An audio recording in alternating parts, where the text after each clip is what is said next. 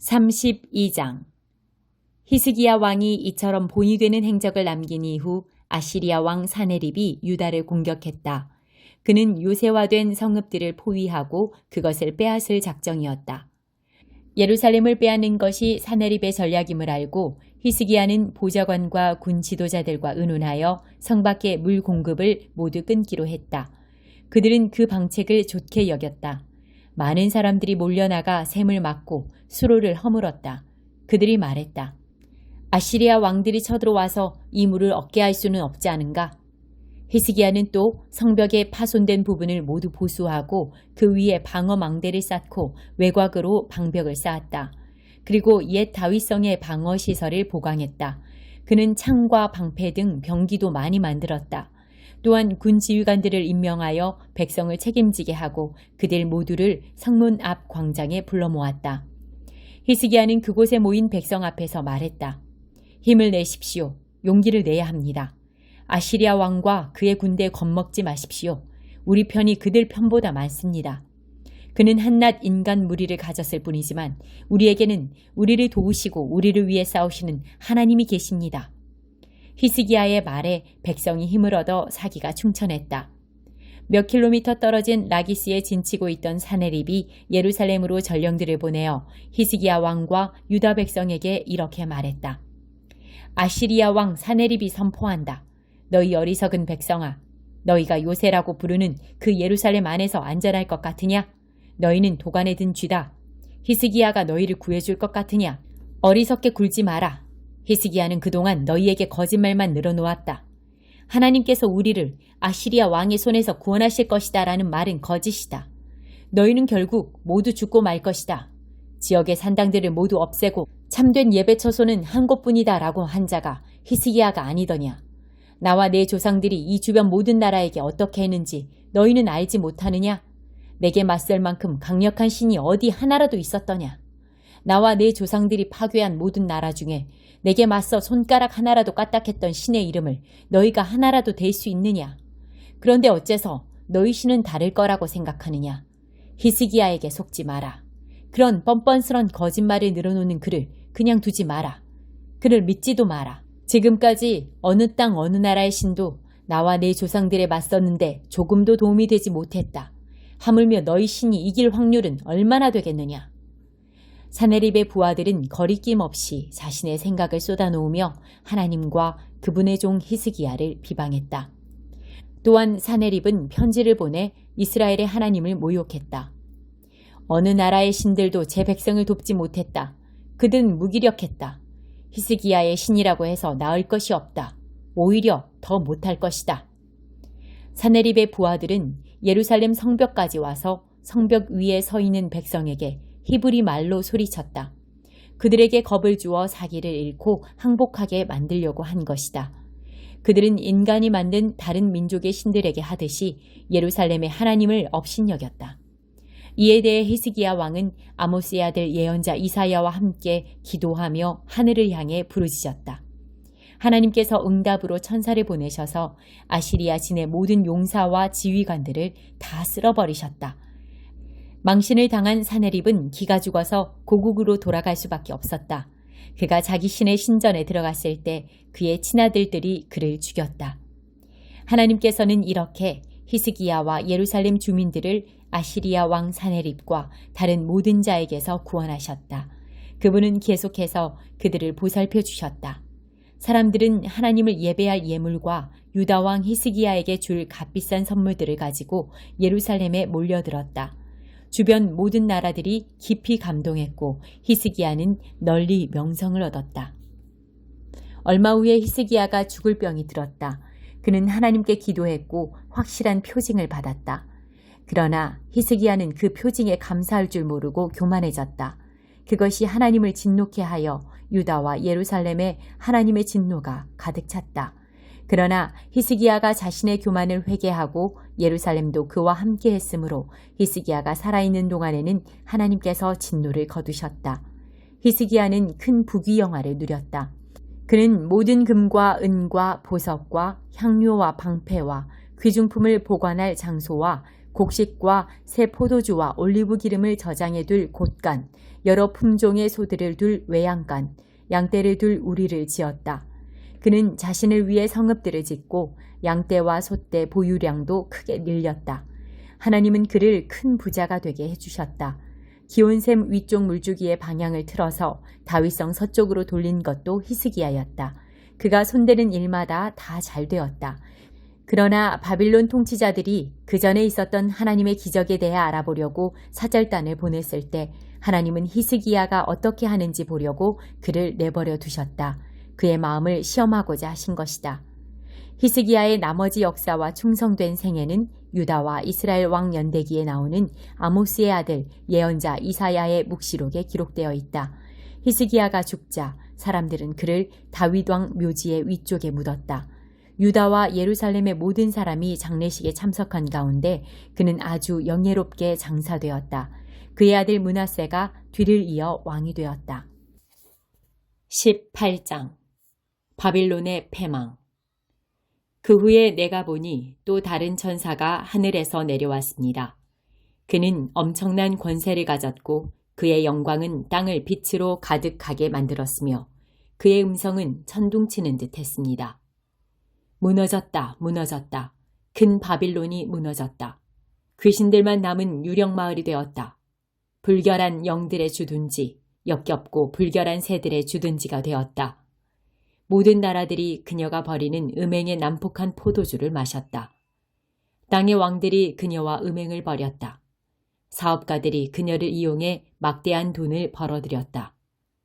그때 나는 하늘에서 들려오는 또 다른 큰 음성을 들었습니다.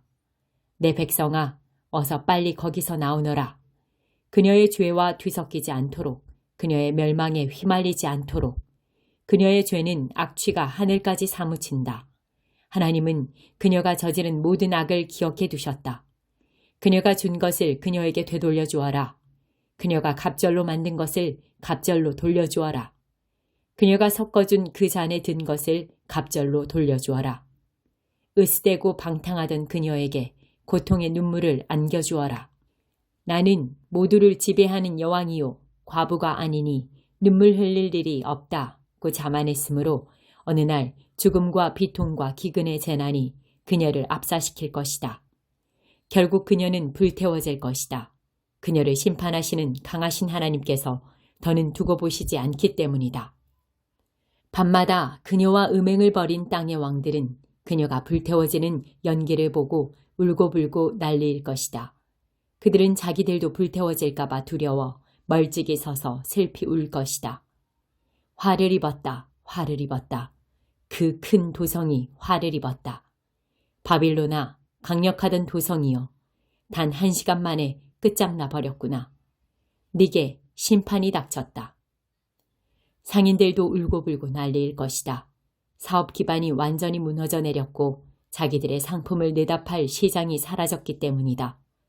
그 상품은 금과 은과 값진 보석과 진주, 또 고운 모시와 자주 옷감과 비단과 붉은 옷감, 향나무와 상아와 값진 나무와 구리와 철과 대리석으로 만든 그릇, 계피와 향료와 향과 모략과 유향, 또 포도주와 올리브 기름과 밀가루와 밀, 소와 양과 말과 전차, 그리고 노예다. 그들은 사람의 목숨을 사고 파는 끔찍한 장사도 한다. 너희가 바라며 살았던 모든 것 다 사라져버렸다. 그 모든 세련되고 맛 좋은 사치품 다 없어져 버렸다. 천 한 조각, 실 한 오락이 남기지 않고 그 여자 때문에 막대한 돈을 벌어들인 상인들은 자기들도 불태워질까봐 두려워 멀찍이 서서 울고불고 난리였다. 화를 입었다. 화를 입었다. 그 큰 도성이 화를 입었다. 최신 유행하는 의상을 걸치고 최고가의 보석들로 치장하고 다니더니 단 1시간 만에 그 부가 모조리 날아갔구나.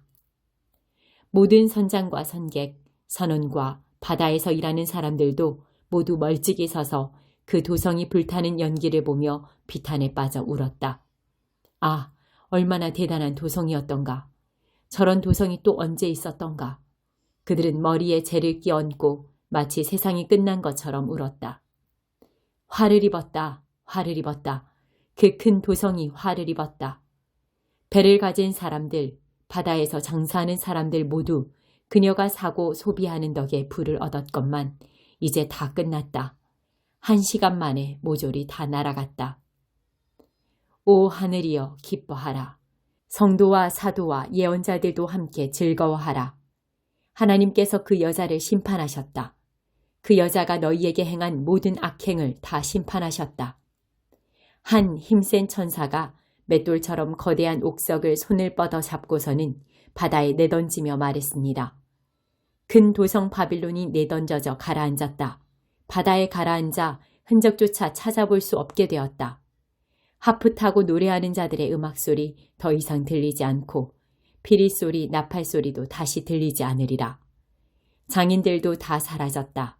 그런 사람들을 다시는 보지 못하리라. 맷돌 소리도 잠잠해졌다.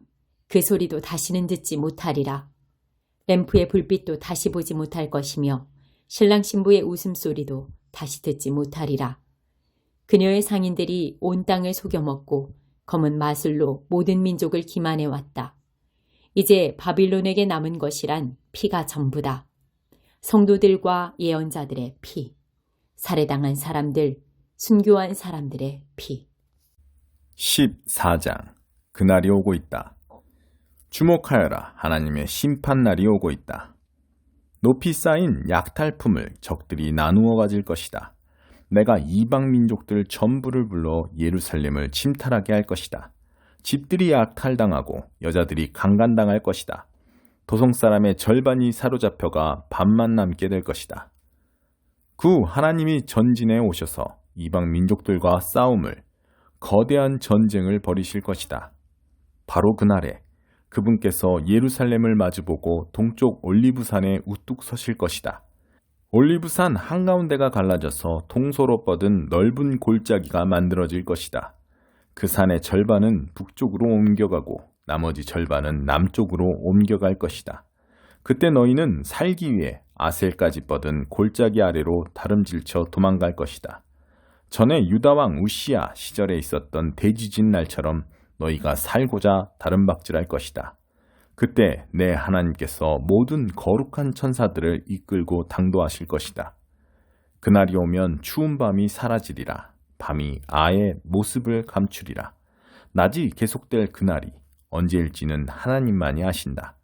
오고 있다. 저녁때가 되어도 새로운 아침이 동통 오른다. 그날이 오면 예루살렘에서 새로운 강이 흘러나와 반은 동쪽 바다로 반은 서쪽 바다로 흐르리라. 여름과 겨울 1년 내내 그렇게 흐를 것이다. 그날이 오면 하나님께서 온 세상의 왕 오직 한 분 하나님이 되시리라. 예루살렘 주위로 드넓은 땅이 펼쳐질 것이다. 북쪽으로 게바, 남쪽으로는 림몬까지 그 중앙에 예루살렘이 우뚝 솟고 우람한 문들, 베냐민 문에서 천문과 모퉁이 문, 하나넬 망대와 왕실 포도원에 이르기까지 이 사람들로 가득한 도성을 둘러쌀 것이다. 다시는 예루살렘이 멸망당하는 일이 없을 것이다. 그 도성은 안전할 것이다. 그러나 예루살렘을 공격한 자들은 하나님께서 끔찍한 재앙으로 치실 것이다. 걸어다니는 자들의 몸에서 살이 썩어 떨어져 나갈 것이다. 눈동자가 썩어 눈구멍에서 빠져나오고 혀도 입안에서 썩을 것이다. 사람들이 선체로 죽어갈 것이다. 광기와 절망이 그들을 휩쓸리라. 같은 편 군인들끼리 싸우고 죽이며 거룩한 공포에 휩싸일 것이다. 그때 유다도 그 소동을 틈타 돌진할 것이다. 그 민족들에게서 빼앗은 보물들, 금, 은, 최신 유행 상품들이 높이 쌓일 것이다. 재앙은 짐승들, 말, 노새, 낙타, 나귀들에게도 닥칠 것이다. 적진에 살아있는 모든 것이 재앙을 맞을 것이다.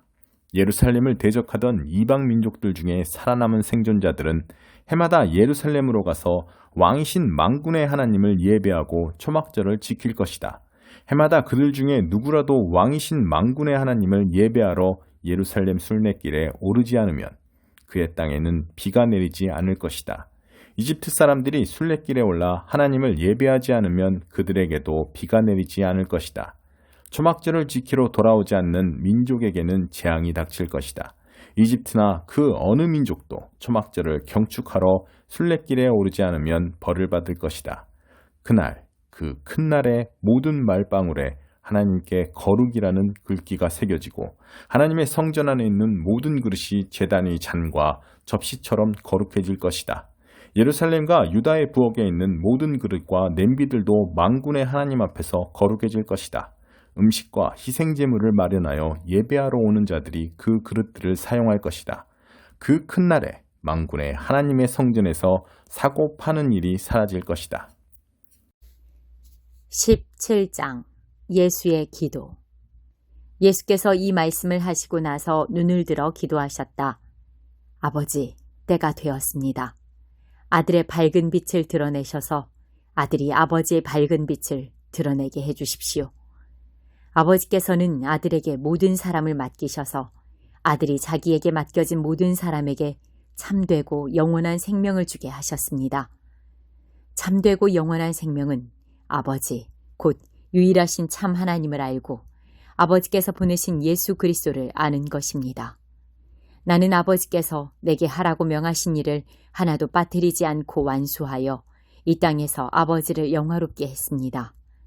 그러니 아버지, 이번에는 아버지의 빛, 이 세상이 존재하기 전에 내가 아버지 앞에서 누리던 그 빛으로 나를 영화롭게 해주십시오. 나는 아버지께서 내게 주신 모든 사람에게 아버지의 성품을 자세히 말해 주었습니다. 그들은 본래 아버지의 사람들이었는데 아버지께서 내게 주셨습니다. 그들은 아버지께서 말씀하신 것을 지금까지 행했습니다. 이제 그들은 모든 의심의 그림자를 넘어 아버지께서 내게 주신 모든 것이 아버지께로부터 직접 왔다는 것을 알고 있습니다. 아버지께서 내게 주신 메시지를 내가 그들에게 주었고 그들은 메시지를 받아들여 내가 아버지께로부터 왔다는 것을 확신했습니다. 나는 그들을 위해 기도합니다. 하나님을 거부하는 세상을 위해서가 아니라 아버지께서 내게 주신 사람들을 위해 기도합니다. 그들은 당연히 아버지의 사람들이기 때문입니다. 나의 모든 것이 아버지의 것이고 아버지의 것이 다 내 것입니다. 그리고 내 생명이 그들 안에서 드러나고 있습니다. 나는 더 이상 세상의 모습을 드러내지 않을 것입니다. 그러나 내가 아버지께 돌아가도 그들은 이 세상에 머물러 있을 것입니다. 거룩하신 아버지, 아버지께서 나를 통해 선물로 주신 이 생명을 그들이 추구할 때 그들을 지켜주셔서 아버지와 내가 한마음 한뜻인 것처럼 그들도 한마음 한뜻이 되게 해주십시오. 나는 그들과 함께 있는 동안 아버지께서 나를 통해 주신 생명을 추구하게 하려고 그들을 지켰습니다. 잠도 자지 않고 그들을 보호했습니다. 그들 가운데 한 사람도 잃지 않았습니다. 다만 멸망하기로 작정하고 배반한 사람만 예외가 되었습니다. 그 예외의 사람은 성경의 근거를 입증하기 위해서였습니다. 이제 나는 아버지께 돌아갑니다. 내가 세상이 듣는 자리에서 이 말씀을 드리는 것은 내 사람들로 하여금 내 기쁨이 그들 안에서 충만해지는 것을 경험하게 하려는 것입니다. 내가 그들에게 아버지의 말씀을 주었는데 하나님을 모르는 세상은 그것 때문에 그들을 미워했습니다. 내가 세상의 방식을 따르지 않았듯이 그들도 세상의 방식을 따르지 않았기 때문입니다. 나는 그들을 세상에서 데려가 달라고 구하는 것이 아니라 그들을 악한 자에게서 지켜달라고 구하는 것입니다.